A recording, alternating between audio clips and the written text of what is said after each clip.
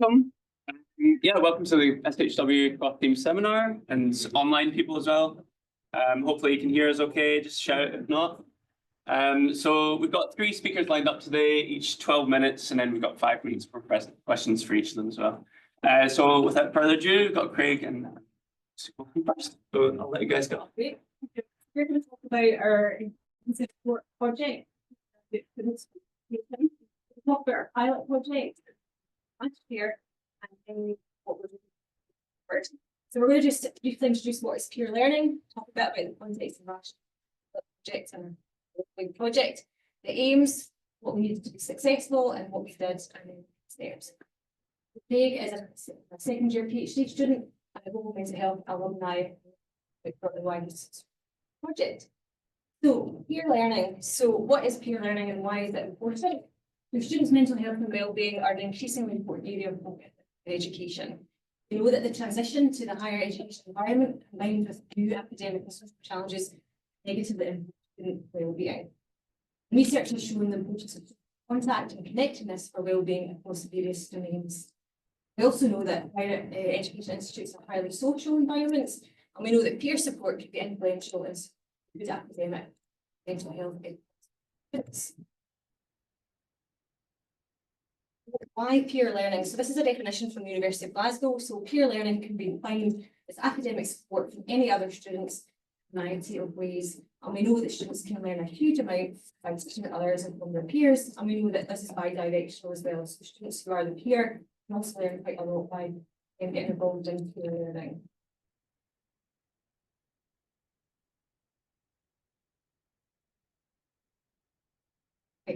So our global mental health master's degree programme, when we did our pilot project, a highly diverse cohort of students, the vast majority are international. And last year we had our biggest ever cohort of students, this more than 50 students, quite big because I know it's not 15 years to the information numbers. That was a big cohort of students. And the MSc is usually made up of 180 credits with our 6 20 credit courses. Then we have 1 60 credit dissertation project, which tends to occur over the summer. And what we were finding was that because the project happens over the summer when the courses are finished, the students were feeling quite isolated and they were wanting support for the dissertation. We also know that students may lack confidence in the skills required for the dissertation, and there is less core contact time with students as well as staff. This is where our project kind of came from. What we wanted to do was pilot the creation and delivery of 3 peer-led dissertation sessions, and this is quite clearly aligned to the learning and teaching strategy, which thinks about evolving approaches to students' active learning, thinking about inclusive policies and practice that promote student and staff wellbeing, and also they're encouraging us to collaborate across students.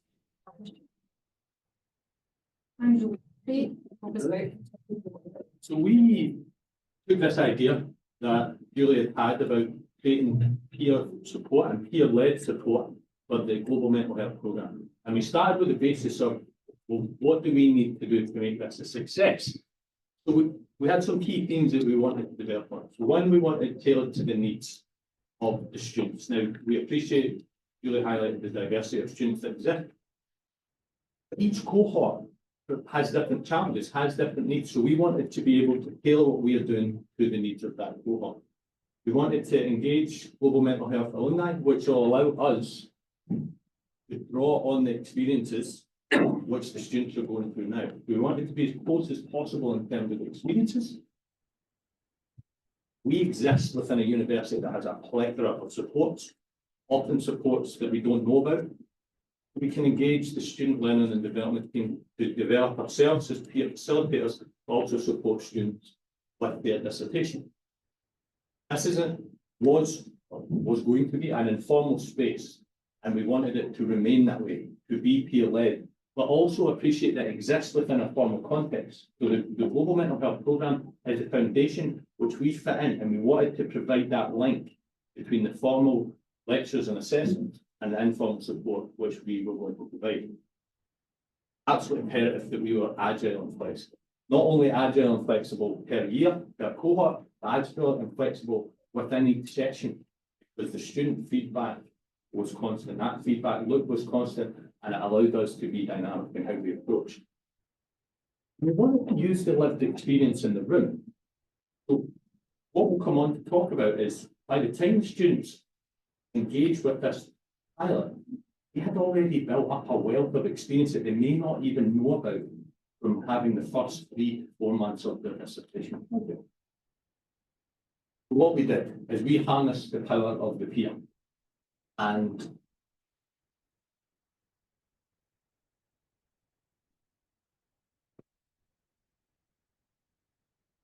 so peer, myself, that's me in my first day of school. Going into the master's program, September 2022, and I reflected a lot on this day, the journey prior to my dissertation, and the anxieties that existed, and the supports I engaged in, and what they looked like. And what I kept coming back to was the thing that got me through the toughest times was the informal support that existed with my peers.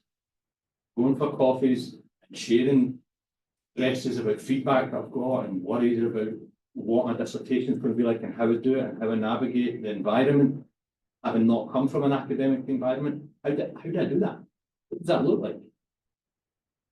That said to me that we need to value each individual and appreciate that not only is this a student, that this is an individual with skills, with anxieties, with hopes and with challenges. We then set about tailoring our sessions. We spoke to students about their dissertation and we challenged students. We went on a journey.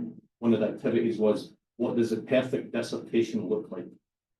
Students identified the A+ mark, high-fiving supervisors, seeing their supervisors every day, all the unrealistic stuff that exists.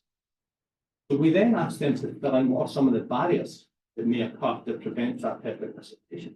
And what students were able to identify was contact with supervisors, not knowing how to reference, feeling like they can't distill a dissertation into a poster, not feeling confident, not feeling like this was their space. So we were then able to, through activity and through the room, hear, well, what are some of the resources that have supported you thus far? And what we opened up then was an opportunity for students to share resource with each other.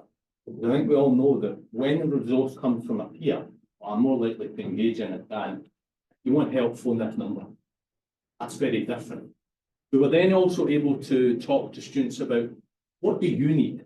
Aside from the academic part, what do you need as a person to have a good dissertation? We were encouraging students to think about their own well-being and giving them permission to close your laptop, go for coffee, go for a pint.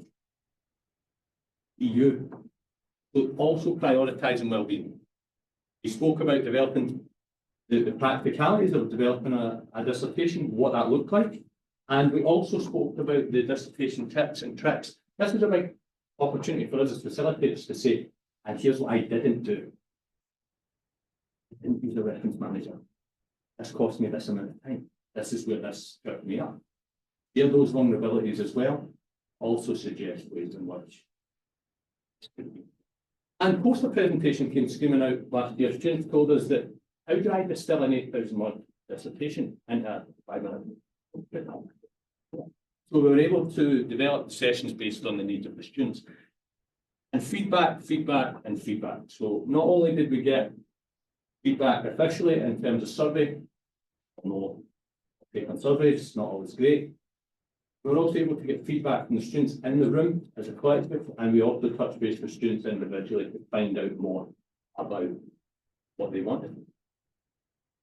So why is this important? Well, we were able to develop, we were able to bring the informal with the formal, and we were able to bring them together. We kept in close contact with the course facilitators, and Julie and Jack, and we were able to feedback what we were hearing. We were also able to connect if there was students that we were identifying needed additional support. We were able to reach the students in a manner that they wanted, in a manner that fit their needs. And all the students that undertook the dissertation passed. That's a massive success. I developed. I was able to practice, present. I was able to tap into other avenues within the university that supports my development. And it creates a culture of care. Because as you'll see shortly, students value the fact that it felt like our well-being was being prioritised, not just spoken about, which was really important. Now, pinch of salt with this statement, the student feedback was positive, with all students agreeing or strongly agreeing. They would recommend the session. Feedback. We'll keep analysing what we can, we'll keep developing. So here's what the students said. I'm not going to read these out. Overarching themes here, and from informal, that they had the opportunity to discuss with their peers. What we found really interesting is when it opened up, when anxieties or worries were discussed, which a lot of the time was spent on, students who had utilised other resources or had other means of supporting students started to form a little community within their learning space. So there's only so much we can do in 3 sessions over 12 weeks that last an hour, realistically. But what we want to do, the communities within the cohort, 48 students, that are supporting one another. And that was evidenced when we finished each session. Students stayed in the room. Almost had to chase them out. The thing that gets me here is a sort of empathy to the whole process. I think we can all agree that academia feedback we get, how it's put over the black and white words, it can feel cold sometimes. This bringing an empathy to the process. 11 students, we did an exercise which was really powerful, where students graded poster, for example, using the marking criteria. And then they identified why receiving feedback was positive, why it was necessary. And they were able to do that from a point of view that was removed from when we all open that laptop and get the feedback we don't want on the floor. It creates that understanding, and it also puts it into perspective. The student mentioned about why that's important, why that's an important process. So where are we going? Well, we have secured funding for 120 on-campus students to do this again. This is now going into the public health and the global mental health master's program. We have 9 peer facilitators trained and recruited, and their first sessions are last week. We were able to review, develop, and update our sessions, and we'll continue to do that with now feedback from facilitators and a larger variety of students. One of the things that has changed is we've now been able to develop writing incubator sessions, because that was feedback that we got last year. Is the writing process and sometimes be a challenge. We'll bring students together and get that real-time feedback or real-time freak out. Going to be really powerful. And we'll continue to evaluate and we'll continue to develop what we do. Yeah. Any questions?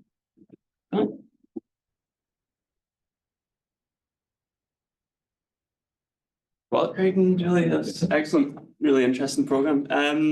Do we have any questions in the room to start us off? Yeah, please. Very interesting. I'm here about this. And how would you ensure that this informal and formal part of the will be? Do you want them to be distinct, or do you want them to be? Because in some cases, when you engage students in kind of informal way, sometimes when you do that again, it becomes like formal. So it kinds of how you ensure that this will remain distinct. Or if you want not. Absolutely. What we did to remain the informal spacing, to keep that space created, was at the beginning of each session and explain what it was, because not everyone attended the 3 sessions. So here's what we are, just setting the scene. Also, the activities that we've done encourage students to pitch themselves as the experts, not as the family. We were able to, what we tried to do is create activities that encourage students to almost challenge each other and create spaces, and because that's the real bit that keeps it informal. And sessions are lasted an hour 3 times quite spread out, what allowed it wasn't that it became intensely intense and then became formal in nature.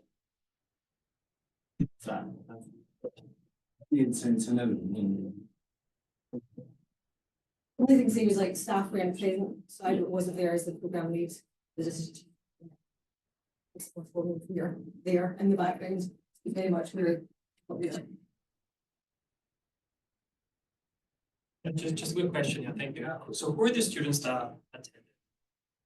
Any talks when you see certain? Yeah, the first session we had, there was around 20. At session 2, there was, from memory, 13. Session 3 was very similar. Groups underrepresented, perhaps. There was less home students than perhaps I envisaged. But there was challenges with that.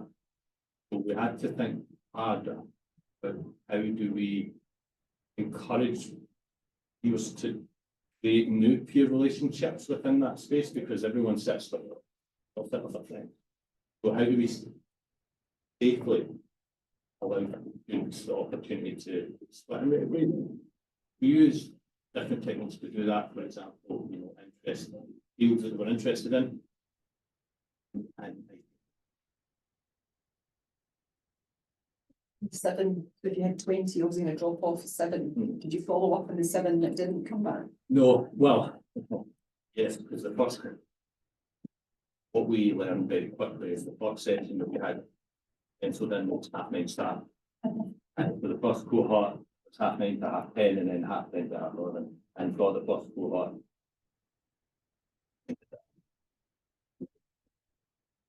it's just we need more.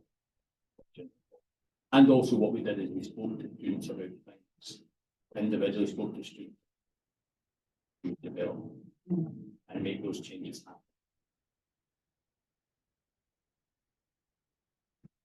I just want to check if there's any online questions before we move on. Nothing online, no. Perfect. Let's thank Craig and Julie one more time then. Right, so next up we have Laya, who's going to present to us online. So do you want to share your screen, Laya?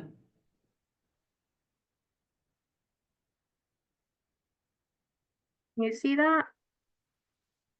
Yep, perfect, thank you. The presentation mode is on. Oh, it looks good, it looks good. Okay, perfect. Okay. Hi everyone. Good afternoon. My name is Leah. For those of you who don't know me, I work in the Social and Public Health Sciences unit, where I lead a small team looking at inequalities in workplaces. Today I have the pleasure of presenting the KATAWAG study to you. It's using participatory systems mapping to address mental health problems in the workplace. This is a project, the project PI is Professor Kristen Mitchell, and it was a collaborative project between us and the University of Del Salle in the Philippines. So we had a project, we had co-investigators there as well. Sorry, slide is not moving, okay. So this is a project on call centers and looking at mental health and employees in call centers. Many businesses opt to outsource processes as new and innovative services are increasingly being available. Business process outsourcing has grown to include all sorts of sectors, including services, including call centers. So I think there's a typo there. Working in a call center in the Philippines is actually considered sort of a well-paid job, and it's very popular, especially among younger workers. And it's one of the most widespread jobs that individuals, especially after the pandemic, can do both from the office and at home. But call center work is often characterized by low autonomy or low job control, as you may also know it, but high emotional and productivity demands that are literally counted down to the second, as well as regular shift work, including night shift with the globalization of work. So a lot of these sort of psychosocial and organizational risk factors can lead to poor mental health. The BPO industry in the Philippines, it plays a vital role in the emerging economy there. It's the single largest sector and employs over 1.2 million people across over 700 outsourcing companies. So initially what we aim to do, so this focuses on call centers in the Philippines, and we seek to understand and address a complex problem from a systemic perspective. We initially aim to develop a systems-informed workplace intervention that would help promote mental health and reduce HIV risk among call center workers in the Philippines. Now, these two outcomes we focused on these initially when we were putting the grants together, because there were recent reports in the Philippines at the time that there was sort of rising mental health problems in this population, as well as high HIV risk. But because a lot of this was co-production and co-produced, HIV risk didn't really come up when we were discussing with our participants. So the focus really is around mental health, and that's what I'll be presenting.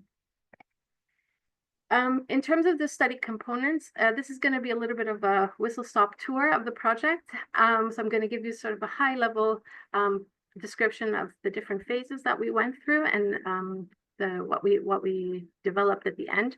So we started off with a scoping review to understand the risk factors, but also what kind of interventions are already available. We did some GIS mapping to understand the physical area around these workplaces, to understand what are the opportunities, but also challenges for health promotion in work. Key informant interviews, participatory systems, mapping workshops, and then we co-produced an intervention and we trialed it on a very small scale.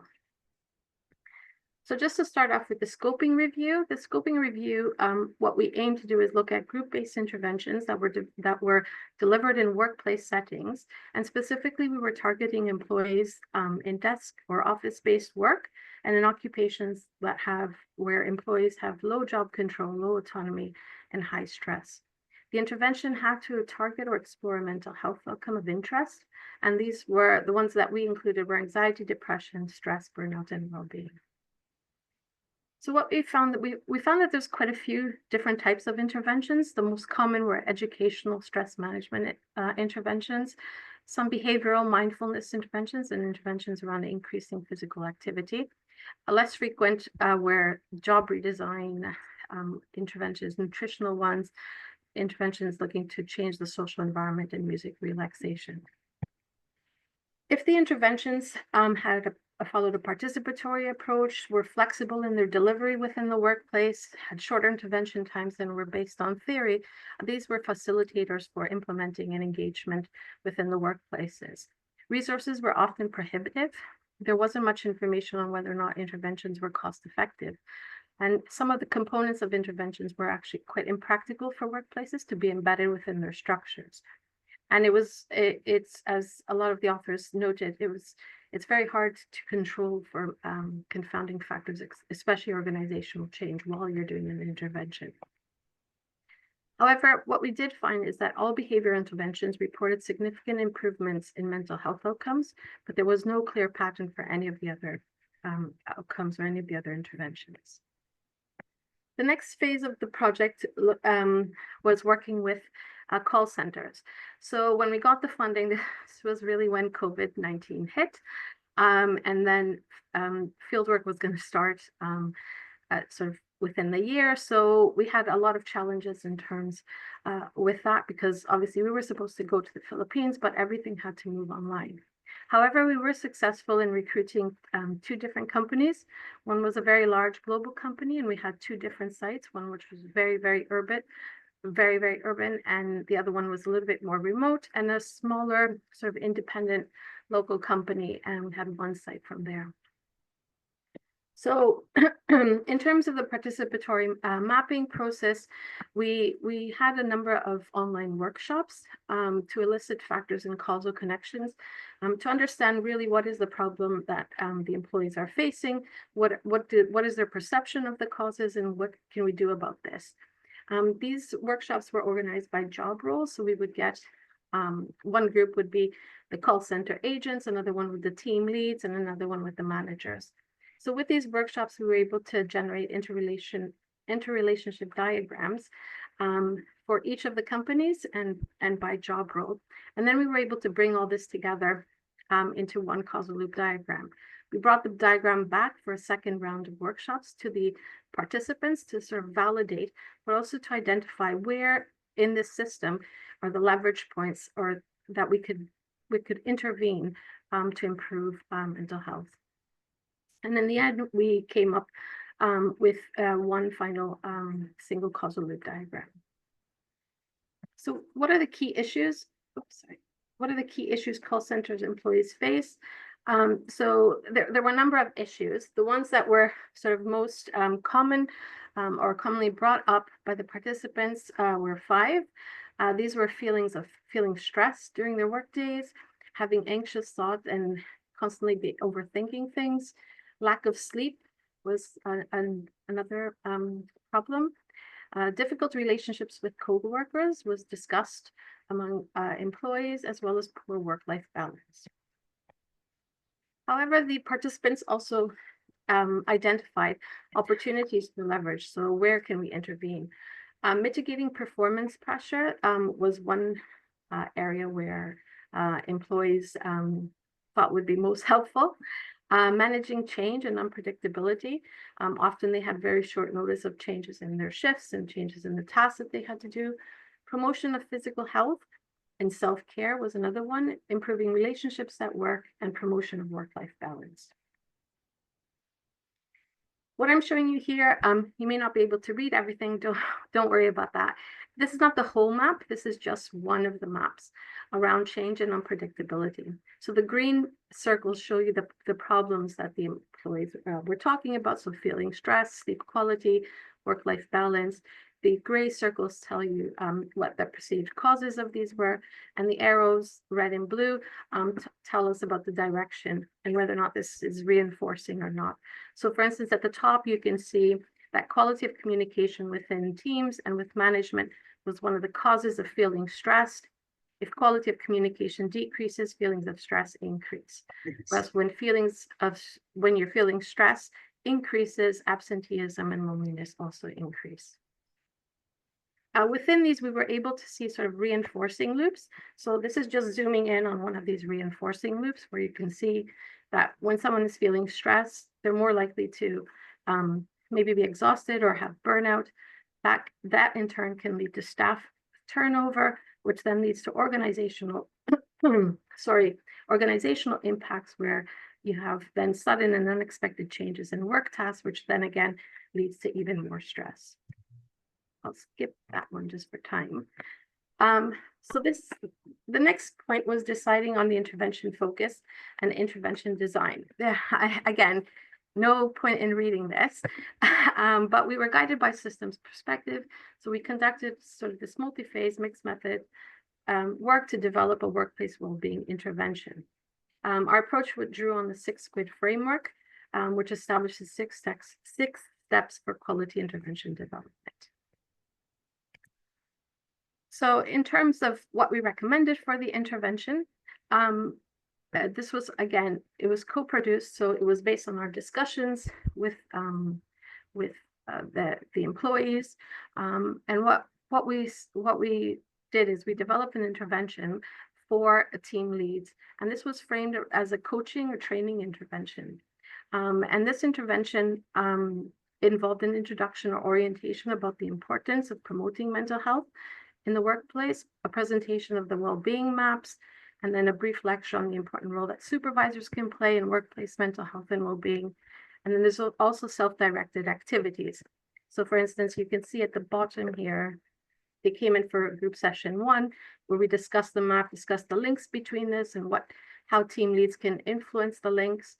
And then they had a self-directed activity where they would share the maps with their team and discuss with their team what they can do in terms of creating a more supportive culture. And then they would come back, we'd have another group session.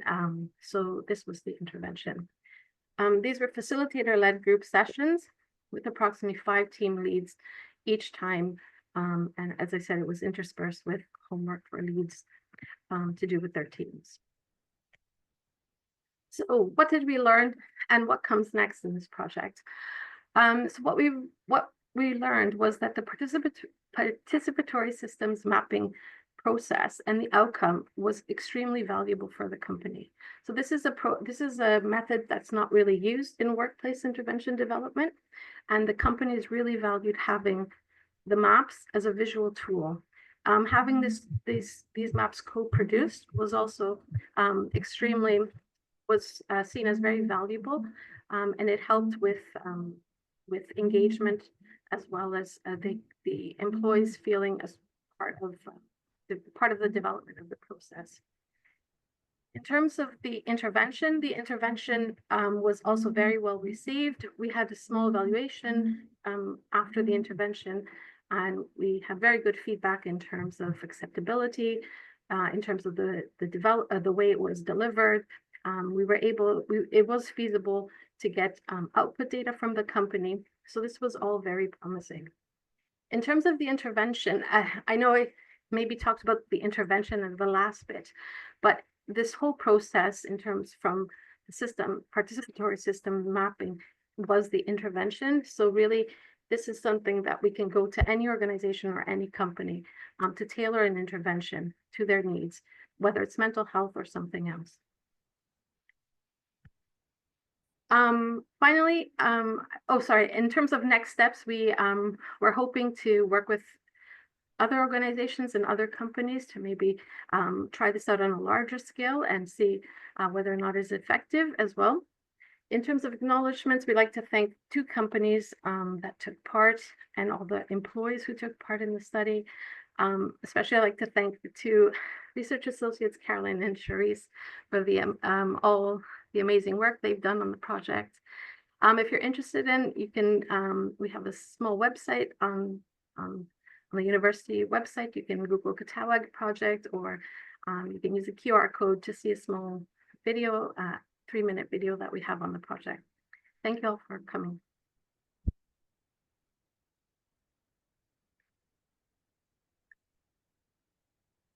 Oh, thanks a lot, Leah. Would you mind stopping sharing the screen just so we can see the... Perfect, thank you. Any questions from him? Yeah, please. Thanks, Leah. That was really interesting. So you've got a set of recommendations to improve workers' mental health. I mean, I suppose the big question is, have the companies responded to those? Have they acted on the recommendations to implement them to improve workers' environments? Can you hear all right, Leah? Can you repeat that? I didn't hear the last bit. So it's basically, have the companies acted on the recommendations that you've given, that you've developed?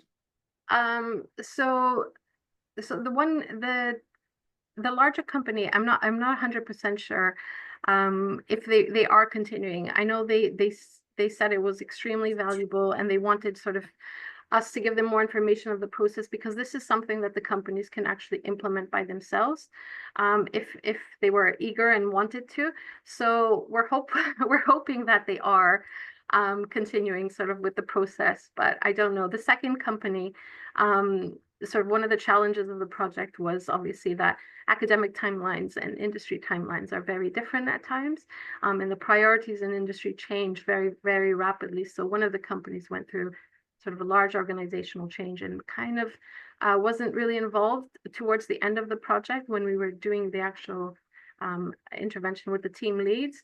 So it's hard to know how much they've taken on board as well.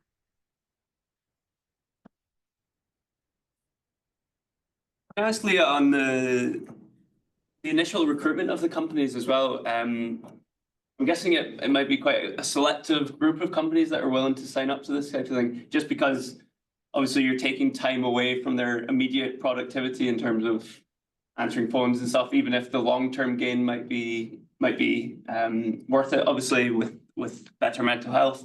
Can you say anything about the type of company that was willing to engage versus ones you maybe contacted that just weren't willing to engage?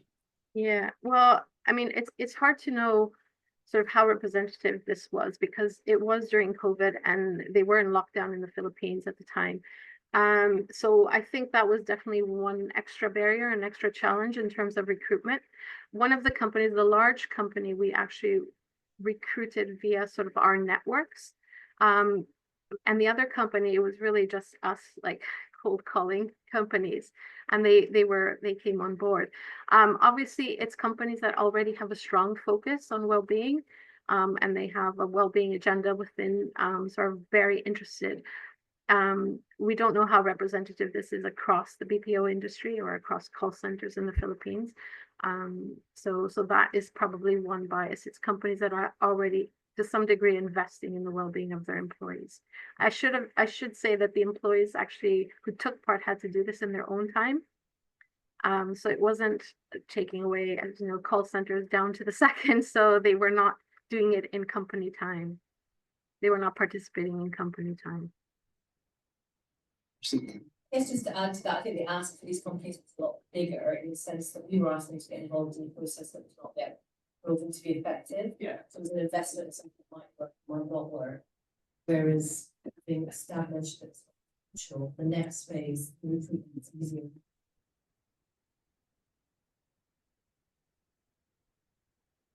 And I think the maps clearly demonstrate, you know, the loops that are there between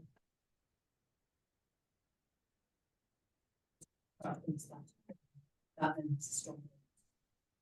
So I think you know, you can make that case in Yeah, definitely. Yeah. Can you hear that online, Lee? I couldn't hear that. I don't know if that was a That's comment or a question. Yeah, it was a comment mostly. Kirsten was saying that basically because it's the first time and unproven, that it's maybe more difficult to sell to the companies, and it might actually become easier as well once you start to prove that these things work and that you do get increased productivity down the line with mental health gains. Yeah, no, that definitely, hopefully, you know, hopefully we can continue this.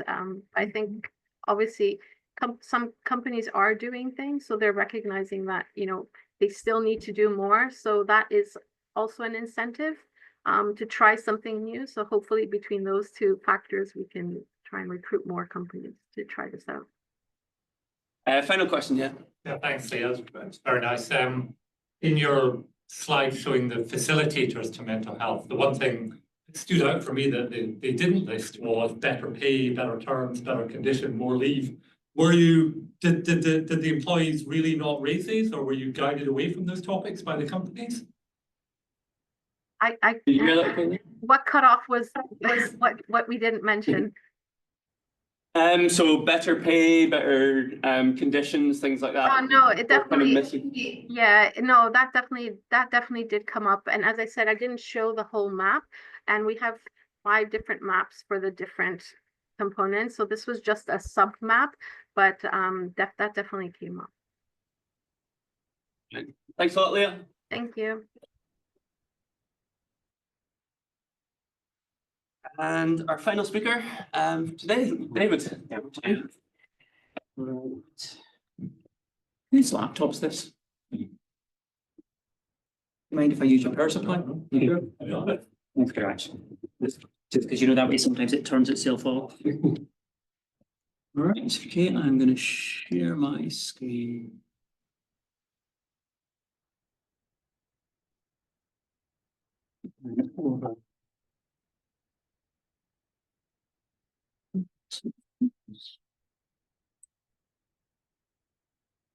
All right, okay, nice to meet you. I've met many of you, I've met some of you. My name's David McAllister, I'm based in HETA. So, this is quite hot off the press, just something we've been dealing with very recently. Found it quite interesting, changed the topic of my slide because I thought other people might be interested too. So I had a problem. We have a meta-analysis, a network meta-analysis with about 600 randomized controlled trials in people with type 2 diabetes. For those trials, we need to pull out eligibility criteria, you know, who gets included and who gets excluded from the trials. There are some quite complex definitions. What we needed, especially to fit our models, is we needed to know the kidney function, the body mass index, how long they'd had diabetes for, and what their blood pressure was. And we actually needed to know we needed to know the cut points. We needed to know, was there a minimum level of kidney function that somebody needed to be allowed in the trial? Was there a maximum level?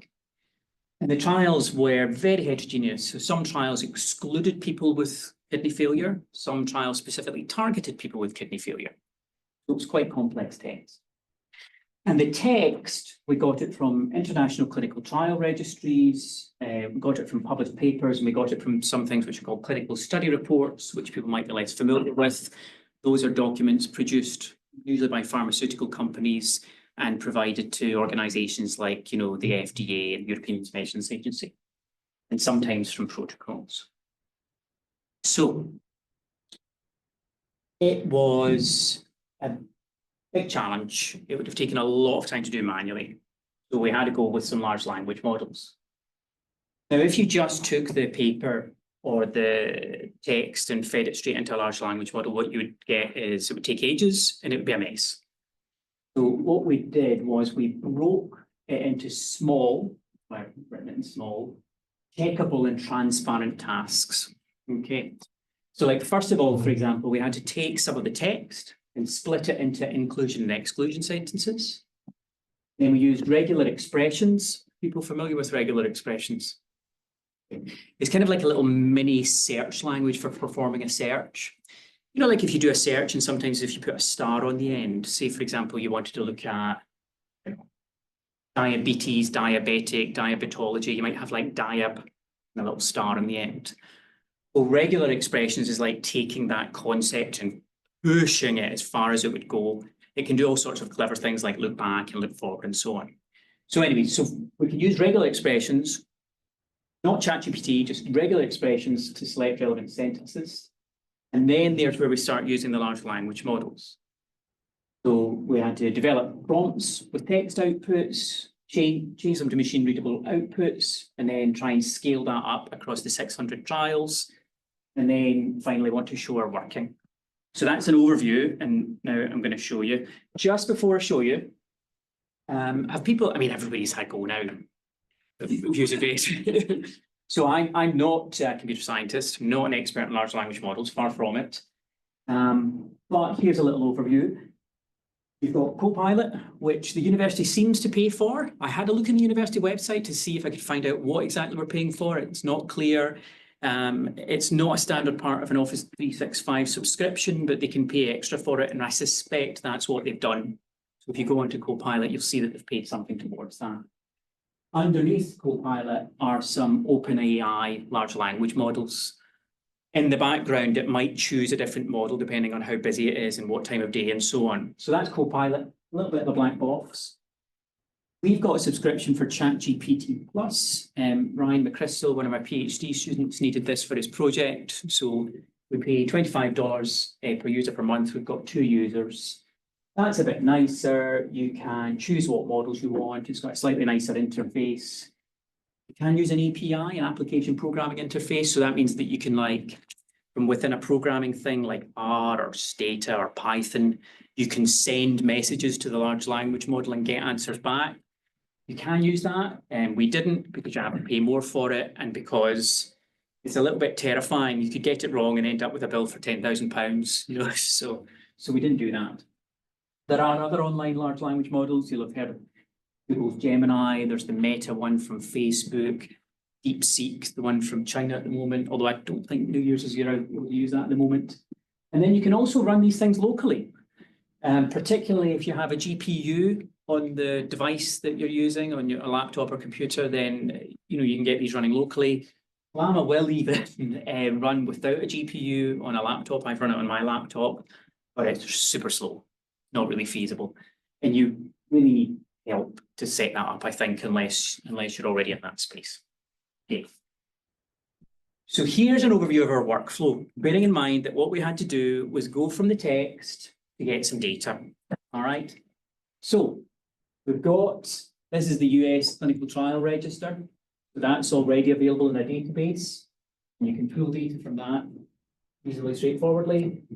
The International Clinical Trial Registry platform, that's set up by WHO, and that pulls in eligibility criteria and other information from trials from US register, European ones, Chinese register, the Japanese.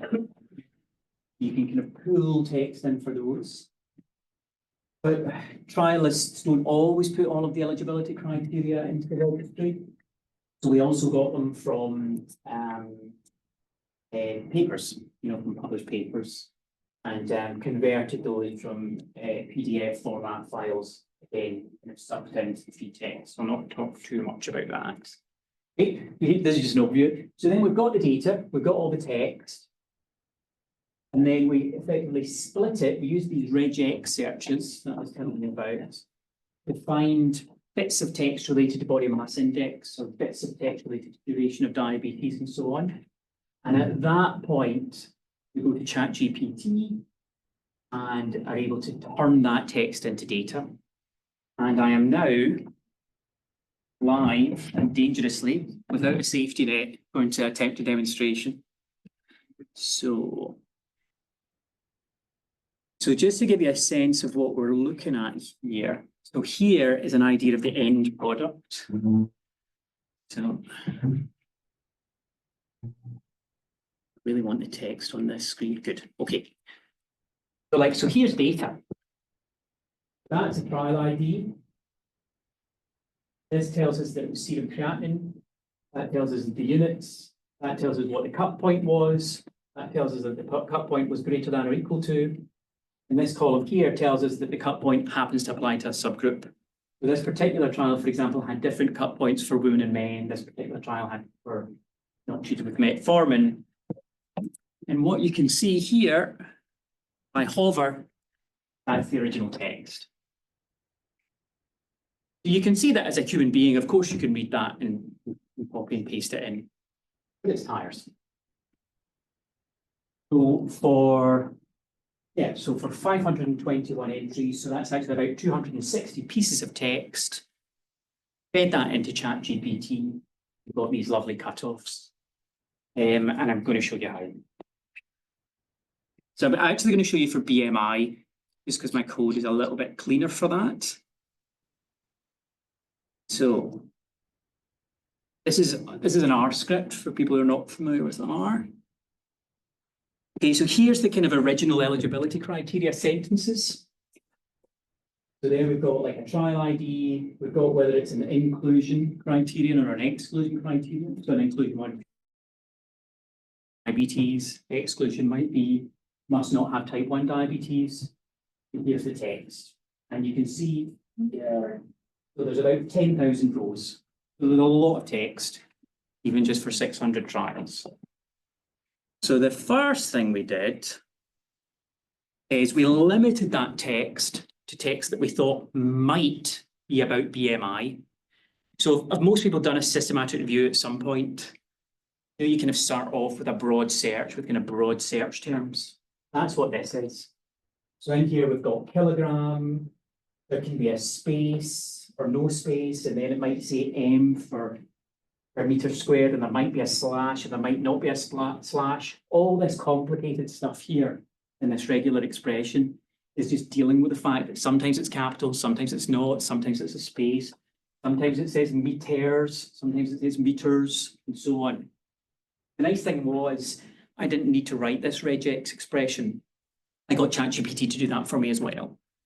And ChatGPT is actually really well, large language models are really well suited for that kind of task because it's kind of complex, but it's not like advanced reasoning. It's just like following a set of rules, but also it's eminently testable. Once it's produced it, you can test that it's giving you what you want, and it'll also give you a breakdown. So anyway, so we've got basically terms related to kilograms per meter squared, which is the unit for BMI. And then body mass index, BMI, and so on. So we run that, and we go from about 10,000 rows to about 365. Okay, so things are starting to get a bit more manageable. And of course, at this point, you're going to want to take a random sample of the ones you've excluded and make sure that you've not accidentally gotten rid of your information. So far, we're still just doing ordinary programming. We've not got into large language models yet. There's one down the bottom number. They've just said has a body mass index between the acceptable range. What's the acceptable range? Who knows? This is what it's like dealing with real data. So we'll drop that one. Now, I'm going to what we've got here is I've got a function that creates a little bit of text. I'm not going to talk about this too much.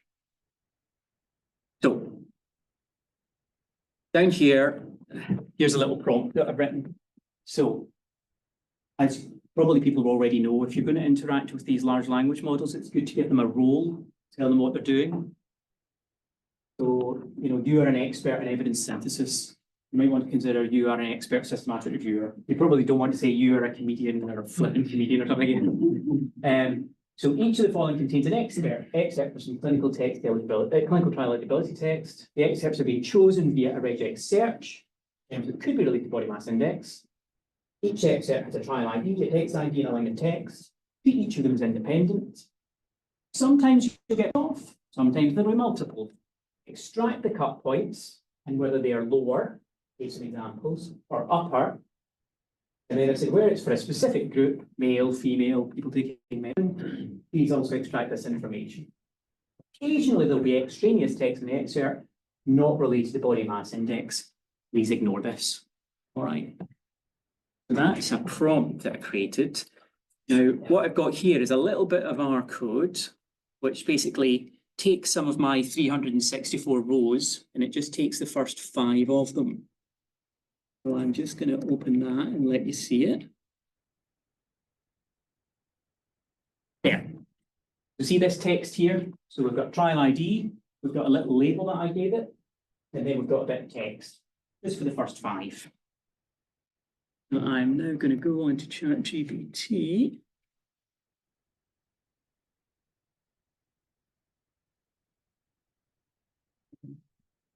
See if it works. Fortunately, I don't have any pecuniary interest in ChatGPT, so if it fails, it's not my problem.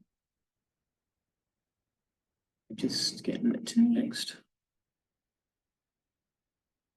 There's very similar interface with Copilot.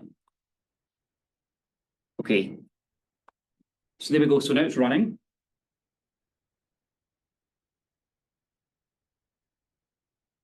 So it's broken down for me in this little list here.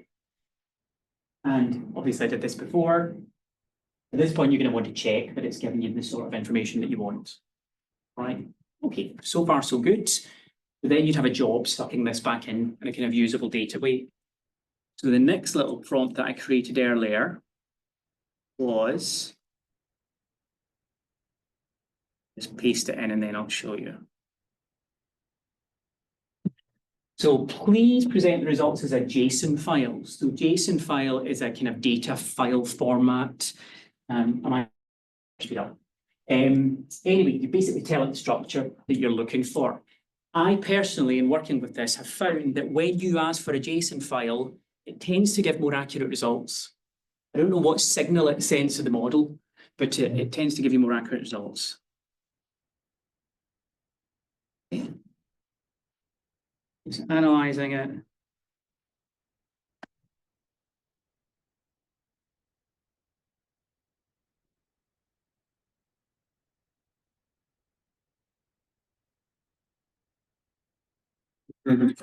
Does anybody want to ask any questions while it's doing that? How worried are you about accuracy? So you check it. When just checking. Yeah. So is that not the board itself? So it depends on what you want to do. So, I mean, what I've done is I've taken a random sample and it's fairly accurate. I think you've got to think here, I mean, what's the comparator? Another human being? Risk of bias in the trials. And we just fed it the manuscript. Yeah. And said, get on with it. Yeah. And it did a remarkably good job. So I was wondering why you went through that whole process. Partly money, because we had 600 trials, and that's a lot of data. Yeah. So there was that process. And also, I like the fact that it's nice and transparent, this approach. You can actually see the text that you put in and you can see what it did. And when we publish the paper, we'll publish the text and we'll publish what it did. So, so it's created one. It's created at this time as a downloadable file. If I click on that. Okay, there you go. So you can see now that this looks more like the sort of thing. So there are lots of packages for reading in JSON files. So you would check that, and then it's effectively what we did. And I'm just going to switch to one that I made before. So here's that first one pasted in. Here's another 20. Here's like 40 of them. So like kind of working way through. So like basically have some R code that creates each script, pass that to ChatGPT, copy and paste it out, and then bring it back in, and that gives you data. Of the kind that I showed you before. I'll just read it in actually.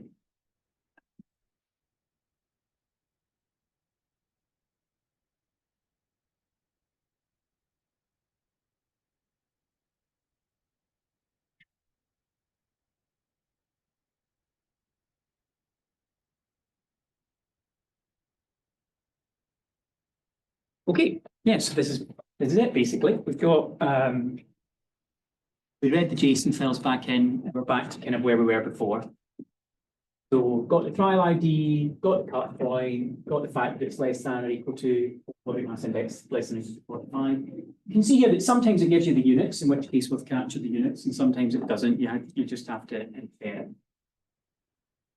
So that's that. So that's the experience. So we've done it for kind of 4 variables. We've also done it for mental health, which was quite interesting. That was more like a kind of traditional search where we just got lots and lots and lots of synonyms for mental health, and then ran that, and then looked at the regular expressions. But the useful thing there was the regex writing. And then one other thing that was hugely helpful was taking the paragraph of eligibility criteria text from a paper, which says something like, we recruited men and women aged 40 and older with a blah, blah, blah, blah, you know, like a kind of paragraph of text, and turning that into a numbered list. Made that a hugely process. So, yeah, so there you go. Questions?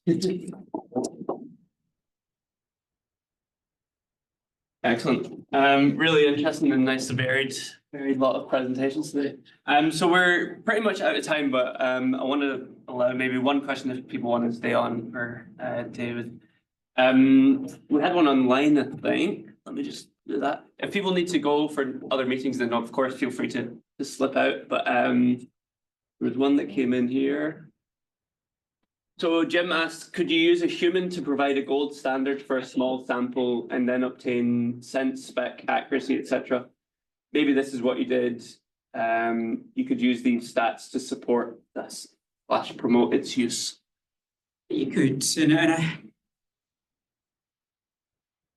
I guess it depends what your philosophy is. You know, in my feeling is take a random sample and then share what you've done.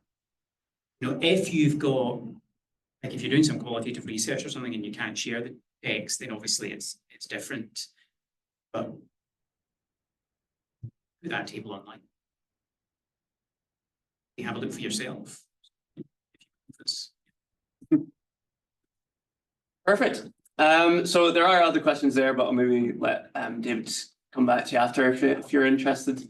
I'm sure you'll be happy if you get in touch. And yeah, thank you very much, everyone. So we're back next month, I think, with another series. So look out for the invite. Cheers.